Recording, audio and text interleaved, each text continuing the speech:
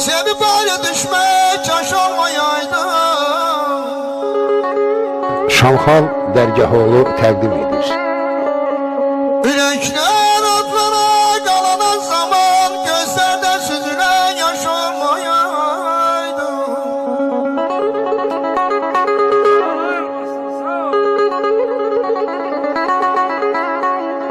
Mənim qəlbim kimi inləməz kamal.